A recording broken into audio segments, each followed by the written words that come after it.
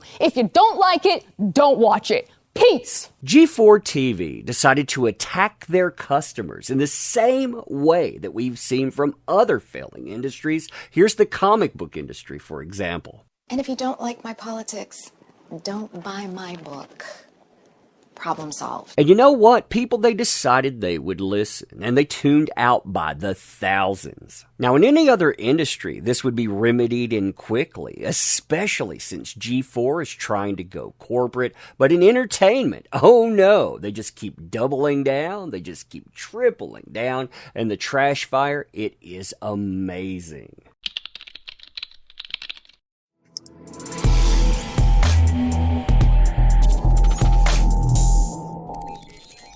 Oh man, so hey there to all you fine folks on this fine day, by the way. I hope you're doing excellently. And imagine employing somebody that you know will eventually come after your management, will keep doubling down and attacking your fans. I mean, what would you do? Me? I'd get rid of them. Now, if you missed out on how this epic trash fire started, I don't want to cover the entirety of what kicks it off, but I do want to play you a clip. Why? Because this starts the attack on customers. It lays the groundwork for what's going to come after, while also admitting that the person saying this, they're thin-skinned. Other people, they get attacked, but when it happens to this person, it's sexism. Plus, by the way, we're corporate shills. We don't even do our own material. Talk about damage.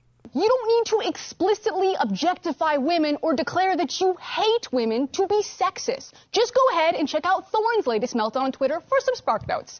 Now, here at XPlay, our reviews are written and produced by a team of people. There are too many games for one person to shoulder the burden. So we divide and conquer. And when we use language like we or I, that's the reviewer. That's coming from the mouth and experience of the reviewer reading that review. And that's not to say that Gerard, TBH, Adam, or myself don't contribute to the reviews. We absolutely do. But it'll always be in varying degrees and take a whole team behind us. That's why we're XPlay and not AdamPlay. Adam will read a script written by the same writer that I will read the other half of the script for, but I'll be the one flamed. And yeah, it also happens to Gerard and TBH, but that doesn't discount the sexism of how it happens to me when it does. Now that ends up getting millions of views, and well, that just makes things worse. 4 days later, you have that same host decide they're going to attack a different set of customers, this time customers that they had before they switched to G4. And by the way, they're going to attack management as well, not just calling them sexist. They got to call them racist too. Fun stuff here. Listen to this. Also, because I see League of Legends brought up, the Riot LEC management team was incredibly toxic, and I called them out. Of course you did. Right? Of course you did. They are, however, very beloved, so it was better to hate me than to believe what I was saying.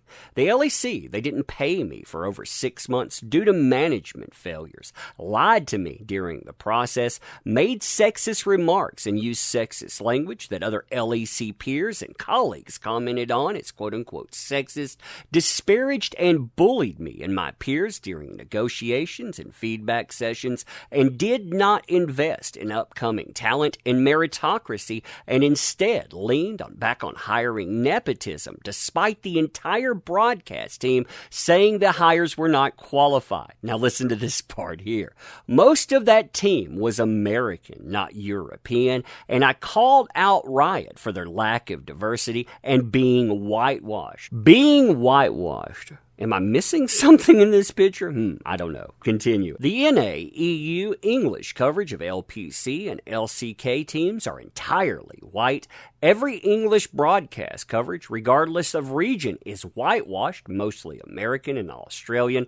There are key managers in Riot Esports who have said incredibly offensive things about diversity and inclusion and think it's a bad thing. It is not by accident that this happens. I tried to unionize unionize the casters in the LEC. Management did not like that. They offered a contract to continue with the LEC. I turned it down and went to G4. Majority of league fans still pretend I was fired. Edit, one final note. I would have committed suicide if I stayed at the LEC. That's why I left. From the bullying, from the community, and the toxicity from the management and lack of support from teams and members, I had a full mental breakdown due to working pressure and treatment from those managers. The person that posted this, by the way, is one of the people that she took aim at. Kevin Pereira, you better be taking notes. Why? Because they say, she told over 1 million people now that I'm a misogynist. She keeps burning bridges. She keeps going after people. And it just keeps getting worse. See, days later, as pointed out by Yellow Flash 2, you should check his channel out, she decides not to go after niche audiences within G4 or, say, League of Legends or even their management. Nope. Got to go after the entirety of nerd culture. You know why?